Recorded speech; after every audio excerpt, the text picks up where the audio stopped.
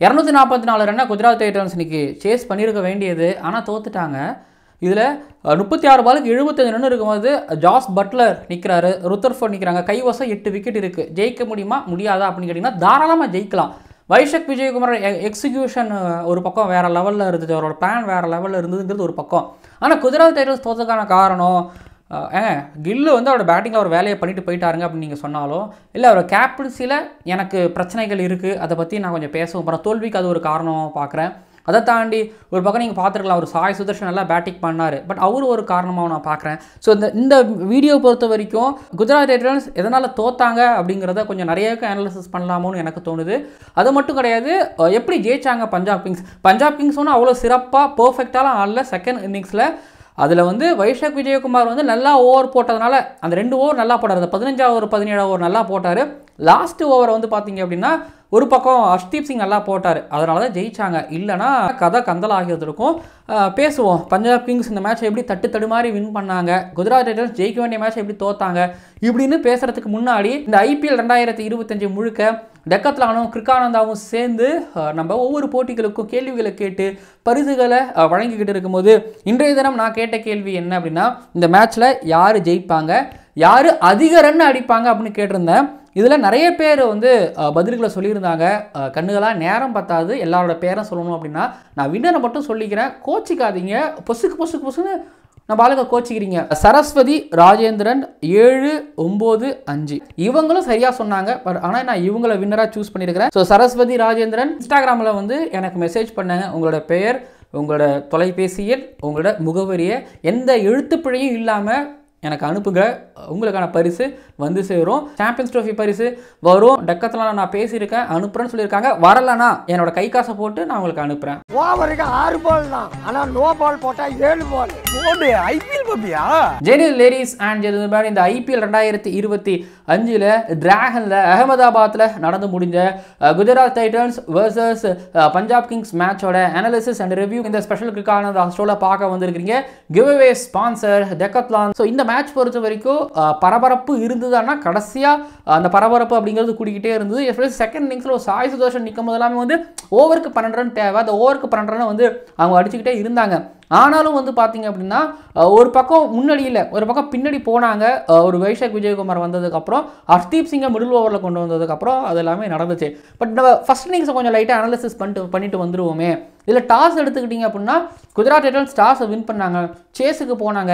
Correct தான், chase பண்ண முடியாததான் இல்லை. இப்போ டேல எடுத்துக்கிட்டாலும் நைட்டில் எடுத்துக்கிட்டாலும் இங்கே அகமதாபாத்தில் சேஸ் பண்ணலாம். இப்போ ரின்கு சிங் அடித்தது ஐபிஎல் ஃபைனலில் நீங்கள் பார்த்துருப்பீங்க, சென்னை சூப்பர் கிங்ஸ் சேஸ் பண்ணி வின் பண்ணது. இப்படியே நிறைய எக்ஸாம்பிள்ஸ் காட்டலாம். ஆனால் ஃபஸ்ட்டு பேட்டிங் பஞ்சாப் கிங்ஸ்ட்டு கொடுக்கணுமா அப்படின்னு கொஞ்சம் யோசிச்சிருந்துருக்கலாம், ஆடி இருந்திருக்கலாம். சரி, இப்படி ஒரு முடிவு தான் போனீங்க, அந்த முடிவை சரியாக எக்ஸிக்யூட் பண்ணீங்களா? இல்லை, ஸ்விங் இல்லவே இல்லை. அர்ஷத் கான் மட்டும் கொஞ்சம் ஸ்விங் பண்ணார், மற்றபடி ரபடோட பாலில் ஸ்விங் இல்லை. அப்படி ஒரு ஃப்ளிக் ஒன்று அடித்தார் ஸ்ரேயாஸ் ஐயர், ஆஹா கண்ட ஒத்திக்கிற மாதிரி இருந்தது.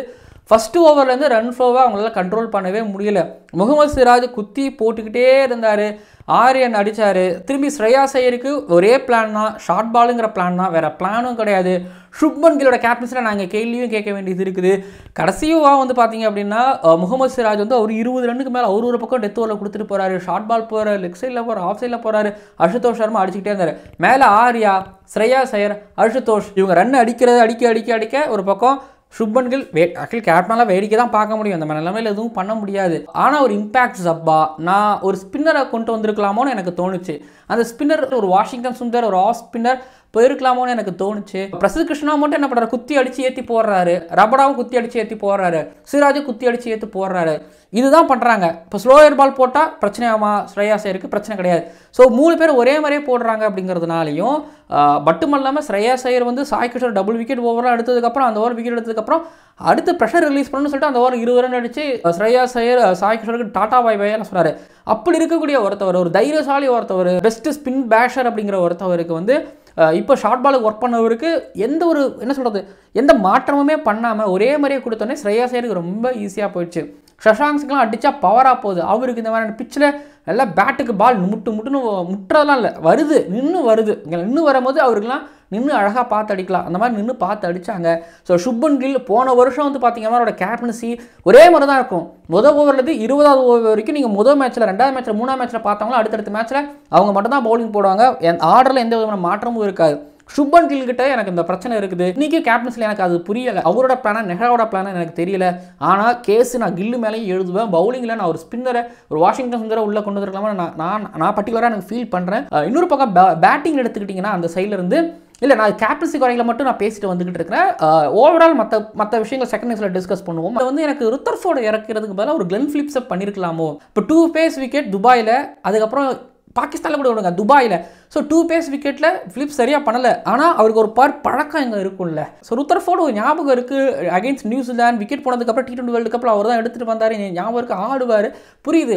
பட் கிளென் பிலிப்ஸ் இப்போ யோசிச்சு பாருங்க, ஸ்ரேயா ஐயர் இந்த விக்கெட் பழகி நல்லா, அது 2 பேஸ் விக்கெட்டில் நல்லா ஆடுறாரு. இன்னொரு பக்கம் வந்து பார்த்தீங்க அப்படின்னா விராட் கோலி நல்லா ஆடுறாரு. ஸோ இந்த இடத்துல கிளென் பிலிப்ஸ் கொண்டு வந்திருக்கலாம். அவங்க கிளென் பிலிப்ஸை கொண்டு வரவும் இல்லை. யாரோட மூவ்னு சத்தியமாக எனக்கு தெரியவும் இல்லை. இதுவும் தோல்வியான மிகப்பெரிய ஒரு காரணமாக வந்து சேசிங்கில் GT எதனால் தோத்தாங்க அப்படின்னா பஞ்சாப் கிங்ஸ் மொத்தம் 37 டாட் பால் தான் போட்டாங்க.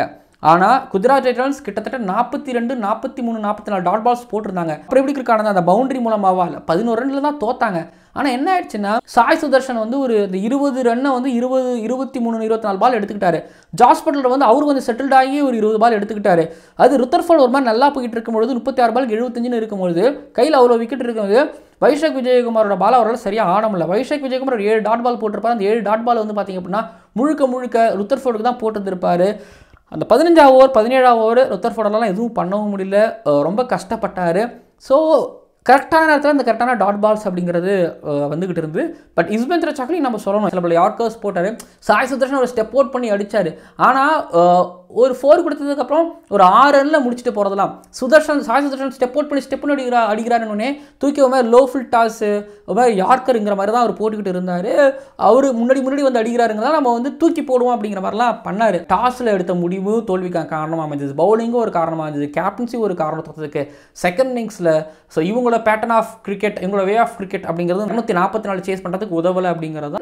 ஜாஸ் பட்லர் எதுக்கு 1 டவுன் அனுப்பணும் சொல்லுங்கள்? சாய் சுதர்ஷன் 1 டவுனில் தான் ஆடிட்டு இருப்பார் நல்லா. ஜாஸ் பட்லர் ஓப்பனிங் தானே, அப்போ ஒரே ஓப்பனிங் இறங்கிறது இருக்கலாம்ல. சரி, கேள்வி கேட்டே போகலாம். அடுத்தது பஞ்சாப் கிங்ஸை பற்றி நான் லைட்டாக பேசிக்கிறேன். ஒமர்சாய், ஸ்டாயினிஸ் 2 பேருமே யாராவது ஒருத்தவங்க தான் எடுத்துருக்கணும். 2 பேரும் எடுத்துருக்கக்கூடாது. மேக்ஸ்வெல்லை ட்ராப் பண்ணிட்டு இங்கிலீஷை கூட எடுத்துருந்துருக்கலாம். ஏன்னா இங்கிலீஷ் விட மேக்ஸ்வெல் பெருசாக எஃபெக்டிவாக இருக்க மாட்டாரு. ஒரு மேட்சை வச்சு இல்லை, எனக்கு இங்கிலீஷோட பேட்டிங் பர்டிகுலராக பிடிச்சிருக்கு, நல்லா விளையாடுறது. ஸ்டாயினிஸ், ஒமர்சாய் நீங்கள் 2 பேரும் ஒரே மாதிரியான பவுலர் தான் வச்சிருக்கீங்க. ப்ளஸ் ஆல்ரெடி உங்ககிட்ட ஹர்ஷ்தீப் சிங்லாம் இருக்கிறாரு. இப்போ வைஷாக் விஜயகுமார்லாம் எடுத்தாங்க. நான் இல்லை எனக்கு வந்து ஒமர்சாயை முன்னாடி அனுப்பி விட்டதோ, நியூ பாலில் ஒரு ஸ்டாயினிஸுக்கு கொடுக்காம ஒமர்சாய்க்கு கொடுத்தது, இல்லைனா நியூ பாலில் ஒரு ஹர்ஷ்தீப் சிங்குக்கெல்லாம் ஒரு ஓவர் கட் பண்ணிட்டு திரும்பி ஸ்டாயினிஸுக்கு நியூ பால், ஏன்னா ஸ்டாயினிஸ் நியூ பால் தானே போடுவார். ஸ்டாயினிஸுக்கு ஓவரே கொடுக்காம மிடில் ஓவரில் வந்து எல்லாம் குத்தி அடிச்சு நல்லா வந்து பாலை உடைச்சார். ஆனால் உடச்சி விட்டு தான் அவரை அனுப்புனாங்க. ஆனால் மிடில் ஓவரில் வரதை விட அவருக்கு நியூ பாலில் கொடுத்தா, ஸ்விங்கே இல்லைங்கும் போது அப்போ நியூ பால் அவருக்கு கொடுத்தா அங்கே ஏதாவது எடுத்து கொடுப்பார்ல. என்னாச்சு? ஸோ லெஃப்ட் ஹேண்டர் ஒருத்தர் இருக்கார், இப்போ மேக்ஸ்வெல் கொடுத்து பார்ப்போன்னு கொடுத்தாங்க. பட் கில்லோட விக்கெட் விழுந்துச்சு பவர் பிளேலே.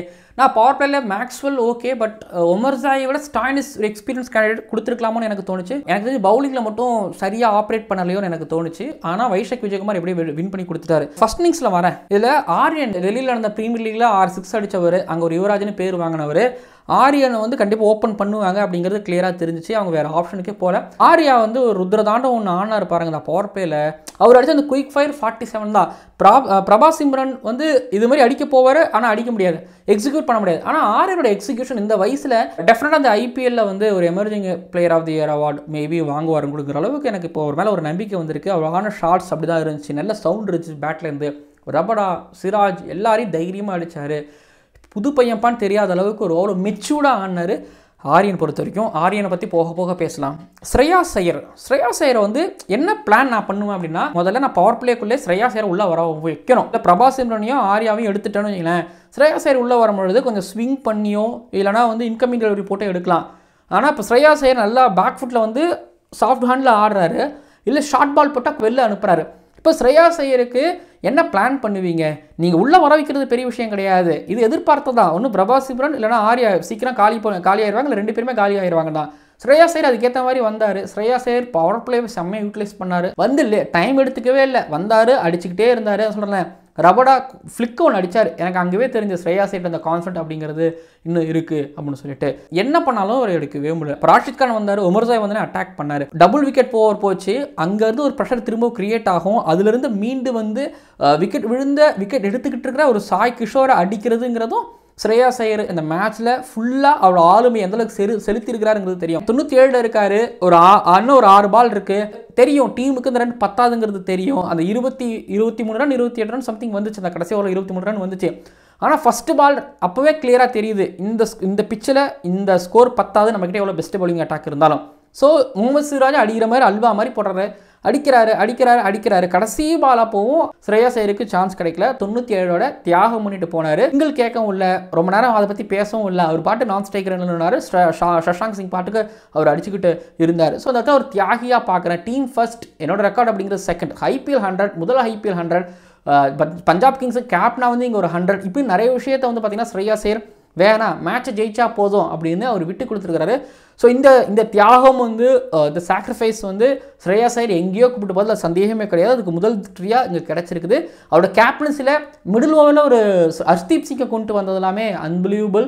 தென் வைஷாக் விஜயகுமார் கடைசி கட்டத்தில் வந்து அவரை பவுலிங் போட வச்சதும் கொஞ்சம் லேட் பண்ணிட்டாங்க. ஒரு ஸ்டாயினிஸ் அடி விழுந்துகிட்டு இருக்கும்போதே அதுக்கு அடுத்த ஓவரே கொடுத்துருக்கணும். பட் ஒரு ஓவர் லேட்டாக தான் கொடுத்தாங்க. ஆனால் வைஷாக் விஜயகுமார் மேனேஜ் பண்ணார். பட் ஸ்ரேயாஸ் ஐயர் அந்த இம்பாக்ட் சப் விஷயத்துலையும் தென் அவர் பேட்டிங்லையும் ஹர்ஷ்தீப் சிங் உள்ள கொண்டு வந்ததுலையும் சரி, அவரோட பிளான் கரெக்டாக இருந்தது, கரெக்டாக வச்சிருந்தார். முதல்ல அந்த 7 ஓவர் 9 ஓவர் வரைக்கும் எனக்கு பெருசாக என்னடா இப்படின்னு இருந்துச்சு. பட் டெத் ஓவரில் மார்க் ஆன்சன் ஸ்டே பண்ண வச்சா. டெத் ஓவரில் எல்லாரும் சொல்லுவாங்க மார்க் ஆன்சன் அடி வாங்குறாருன்னு சொல்லிட்டு. நீங்கள் டெத் ஓவரில் இப்போ செம்மையாக இம்ப்ரூவ் பண்ணியிருக்காரு. டெத் ஓவரில் யார்க்கர்ஸ் நல்லா போகிறார். ஸோ வைஷாக் விஜயகுமாருக்கு ஒரு கிரெடிட்ஸ் போதுன்னா மார்க் ஆன்சனுக்கு ஒரு கிரெடிட் போகும். டெத் ஓவரில் அவரும் பவுலிங் பண்ணார்.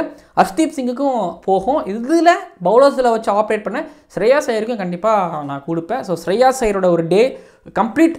ஸ்ரேயாஸ் ஐயரோட ஒரு டே. சஷாங்க் சிங் என்னவங்க அடிக்கிறார், என்ன மாதிரி அடிக்கிறார், பங்கமாக அடிக்கிறார், மரண பீதியை காட்டுறாரு. எந்த பக்கம் போட்டாலும் அடிக்கிறாரு. ஏற்றி போட்டாலும் தூக்கி விடுறாரு, லெக் சைடில் ஆடுறாரு, கட் அடிக்கிறாரு, விட்டு அடிக்கிறாரு. சஷாங்க் சிங் பற்றியும் ஆர்யாவை பற்றி இந்த வீடியோவில் பேசாமல் நான் அதுக்கு அடுத்த வீடியோக்களை பேசுகிறேன். பட்டே கலாப்புறாரு. மேத்திக்கு வந்து பார்த்தீங்கன்னா அசுதோஷ் சர்மானா இன்றைக்கி சஷாங்க் சிங். 2 பேரும் வேறு ட்ராக்கில் போய் வேறு டீம் போகிறாங்க. ஆனால் அந்த வேலையை ரொம்ப சிறப்பாக பண்ணிக்கிட்டு இருக்கிறாங்க. ஒரு பக்கம் சஷாங்க் அந்த கடைசியாக சிங்கிள் கொடுக்கல, ஆனால் அடிச்சுக்கிட்டே இருந்த அந்த ரன்கள் தான் டீமையும் காப்பாற்றுச்சுன்னு நான் சொல்லுவேன். இல்லைனா 10 10 குறையாக இருந்திருக்கும் ஃபர்ஸ்ட் இன்னிங்ஸ் பொறுத்த வரைக்கும். இப்போ உண்மையாக சொல்கிறாங்க, சாய் கிஷோர் ஸ்லோவாக போட்டார், ஸ்டெம் டு ஸ்டெம் போட்டுகிட்டே இருந்தார், கொஞ்சம் வெளியில் எடுத்துகிட்டு போயிட்டே இருந்தார், மிக்ஸ்அப் பண்ணார். வெரைட்டி, லைனல் லென்த்து, பேஸ் இதில் எல்லாத்துலேயுமே அவர் செம்மையாக போட்டார் சாய் கிஷோர். பெரிய சல்யூட். அண்ட் சாய் சுதர்ஷன் பார்த்தீங்கன்னா ஒரு இன்ஜுரிக்கு அப்புறம் வந்தார்.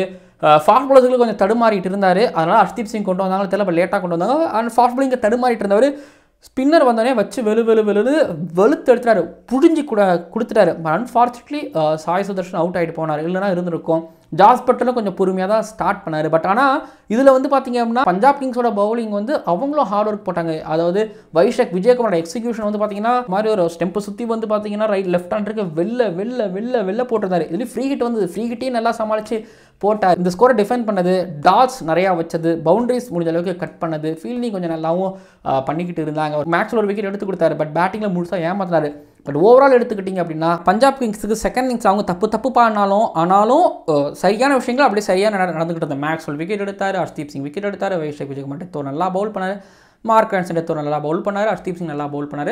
அந்த பக்கத்தில் இருக்கிறவங்க அதை சரியாக யூட்டிலைஸ் பண்ணிக்கல. இதுதான் அந்த மேட்ச்சில் ரிவ்யூ. பேட்டிங் ஆர்டர் சேஞ்ச் பண்ணது, பவுலர்ஸ்கள் மானவாரியாக ரன்னு கொடுத்தது, பேட்டர்ஸ் கொஞ்சம் டைம் எடுத்துட்டு அவங்கள வே ஆஃப் கிரிக்கெட்டும் இங்கே ஒர்க் அவுட் போனது எல்லாமே ஜிடி தோல்விக்கான காரணம். பட் முழுக்க பஞ்சாப் கிங்ஸ் ஸ்டீல் பண்ணிட்டாங்க. ஒரு ஸ்ரேயாஸோட கேப்டன்சி, ஸ்ரேயாஸோட பேட்டிங், சஷாங்க் சிங்கோட ஃபினிஷிங், ஆர்யாவோட ஸ்டார்ட்டு, பவுலிங்லேயும் வந்து பார்த்தீங்கன்னா ஹர்ஷ்தீப் சிங்கை விக்கெட் எடுக்க விடாமல் விக்கெட் எடுக்க விடலப்பா அப்படின்னு நினச்சாங்க.